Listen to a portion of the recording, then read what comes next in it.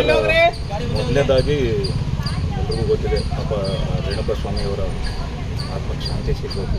ಆಮೇಲೆ ಅವ್ರ ಕುಟುಂಬಕ್ಕೆ ತಂದೆ ಆಗಲಿ, ತಾಯಿ ಆಗಲಿ, ಅವ್ರ ಅಜ್ಜಿ ಆಗಲಿ, ಹೆಂಡತಿ ಪ್ರೆಗ್ನೆಂಟ್ ಆಗಿದ್ದಾರೆ, ಅವ್ರಿಗೂ ಭಗವಂತ ಧೈರ್ಯ ಕೊಟ್ಟು ಅಂತ ಹೇಳ್ಕೊಡ್ತೀನಿ. ಆಗಬಾರ್ದಾಗಿದ್ದು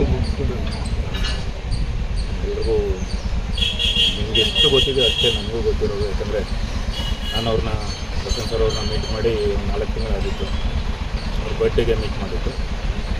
ಸೊ ನನಗೂ ಗೊತ್ತಿಲ್ಲ, ಎಲ್ಲ ನಿಮ್ಮ ಒಂದು ಚಾನಲ್ಸಲ್ಲಿ ಏನು ಬರ್ತಿದೆಯೋ ಅದನ್ನೇ ನೋಡ್ತಿದ್ದೆ.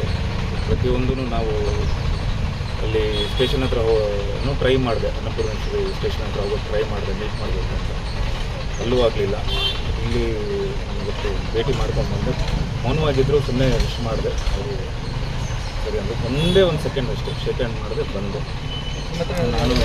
ನಾನೇನು ಮಾತಾಡಿಲ್ಲ, ಅವರು ಮಾತಾಡಿಲ್ಲ. ನಾನು ಸುಮ್ಮನೆ ಟೈಗರ್ ಅಂದರು, ಬಾಸ್ ಅಂದರು ಅಷ್ಟೇ. ನನಗೂ ಈ ಒಂದು ಇದರಲ್ಲಿ, ಯಾಕಂದರೆ ಈಗ ಬೇರೆ ಎಲ್ಲ ಕಡೆಯೂ ಬೇರೆ ಥರದ್ದು ನಾವು ಮೀಟ್ ಮಾಡಿದ್ದೀವಲ್ಲ, ನಾನೇನು ಮಾತಾಡಲಿಲ್ಲ. ಸರಿ ಆಯಿತು ಅಂತ ಬಂದ್ಬಿಟ್ಟೆ.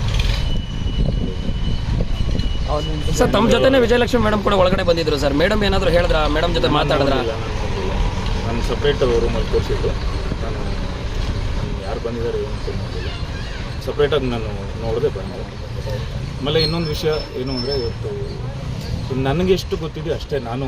ಯಾಕಂದರೆ ನನಗೆ ಎಲ್ಲರೂ ಲಾಸ್ಟ್ ಟೈಮಿಂದ ನಾನು ನೋಡ್ತಿದ್ದೀನಿ, ಬಂದಿಲ್ಲ, ಏನೋ ಪ್ರಭಾಕರ್ ಎಲ್ಲೂ ಮಾತಾಡಿಲ್ಲ, ಹೇಳಿಕೆ ಕೊಟ್ಟಿಲ್ಲ, ಎಲ್ಲೂ ಪೋಸ್ಟ್ ಹಾಕಿಲ್ಲ ಅಂತೆಲ್ಲ ಹೇಳಿದ್ರಲ್ಲ.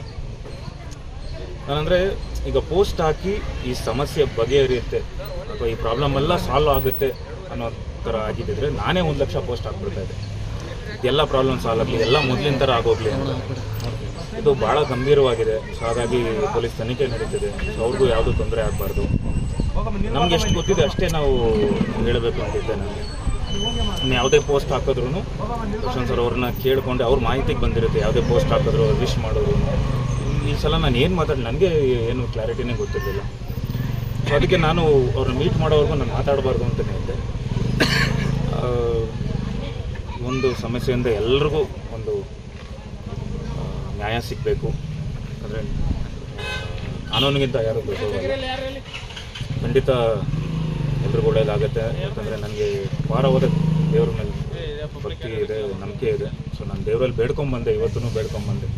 ಏನು ಹೆಚ್ಚೆ ಅಂತ ಆಗಲಿ ಆದರೆ ಮೀಟ್ ಮಾಡ್ತೀನಿ ಸಾಧ್ಯ ಆದರೆ, ಇಲ್ಲ ನಾನು ಪ್ರಯತ್ನ ಪಡ್ತೀನಿ ಅಂತಲೇ ಬೇಡ್ಕೊಂಬಂದೆ.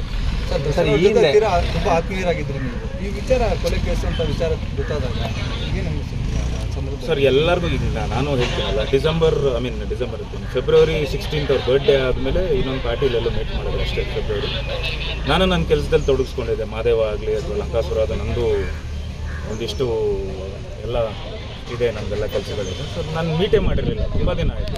ಈ 4 ತಿಂಗಳೇನೋ ಆಯಿತು. ನಾನು ನಮ್ಮ ಕೆಳಗಡೆ ಮನೆಯವರು ಲತಾ ಮೇಡಮ್ ಅಂತೇಳಿ ನಮ್ಮ ಮನೆಯವರು ಕಾಲ್ ಮಾಡಿದ್ರು, ನೋಡಿ ಒಂದು ನಿಮಿಷ TV ನೋಡಿ ಅಂತ. ನಾನು ಯಾವಾಗ ನ್ಯೂಸ್ ನೋಡಿದ್ಮೇಲೆ ನನಗೆಲ್ಲ ಗೊತ್ತಾಗ್ತಿದೆ ಏನಿದು ಯಾವತ್ತು ಅದು ಜೂನ್ 10. ಹಾಂ, ಅವತ್ತು ಅಂದರೆ ಯಾವತ್ತು ಈ ಇದಾಯ್ತಲ್ಲ ಅವತ್ತೇ ನಾನು ಐ ವಾಸ್ ವೆರಿ ಶಾಕ್. ನನಗೆ ಏನಿದು, ಯಾಕಂದರೆ ನನ್ನ ಮಾಹಿತಿನೇ ಇರಲಿಲ್ಲ ಏನು ಮಾತಾಡೋದು. ಆಮೇಲೆ ನನಗೆ ಇವತ್ತು ಎಷ್ಟು ಅಭಿಮಾನಿಗಳಿಗಾಗಲಿ ಇಡೀ ಕರ್ನಾಟಕದ ಎಷ್ಟು ಜನ ಆ ಕಡೆ, ಆ ಫ್ಯಾಮಿಲಿ ರೇಣುಕಾ ಸ್ವಾಮಿ ಆ ಕಡೆ ಒಂದು ನೀವೇ ಹೇಳ್ದಂಗೆ ಎಲ್ಲ ಕಡೆನೂ ಕಣ್ಣೀರಲ್ಲಿ ಇದ್ದಾರೆ ಅಂತ ಆ ಫ್ಯಾಮಿಲಿ ಆ ಥರ. ಆಮೇಲೆ ಈ ಕಡೆ ದರ್ಶನ್ ಸರ್ ಅವ್ರ ಫ್ಯಾಮಿಲಿ ಅಂದರೆ ಎಲ್ಲ ಅಭಿಮಾನಿಗಳು, ಅದೇ ನಮಗೂ ಅಷ್ಟೇ ಬೇಜಾರಿದೆ. ಅಂದರೆ ಡಬಲ್ ಬೇಜಾರಿದೆ ನಮಗೂ. ಇನ್ನೂ ಎಲ್ಲ ಏನು ಕ್ಲಾರಿಟಿ ಸಿಗೋವರೆಗೂ ಇನ್ನೂ, ಯಾಕಂದರೆ ತನಿಖೆ ನಡೀತಿದೆ, ನಾವು ಏನು ಹೆಚ್ಚಾಗಿ ಮಾತಾಡೋಕ್ಕೂ ಆಗ್ತಿಲ್ಲ. ಸರ್, ಈ ಹಿಂದೆ ನೀವು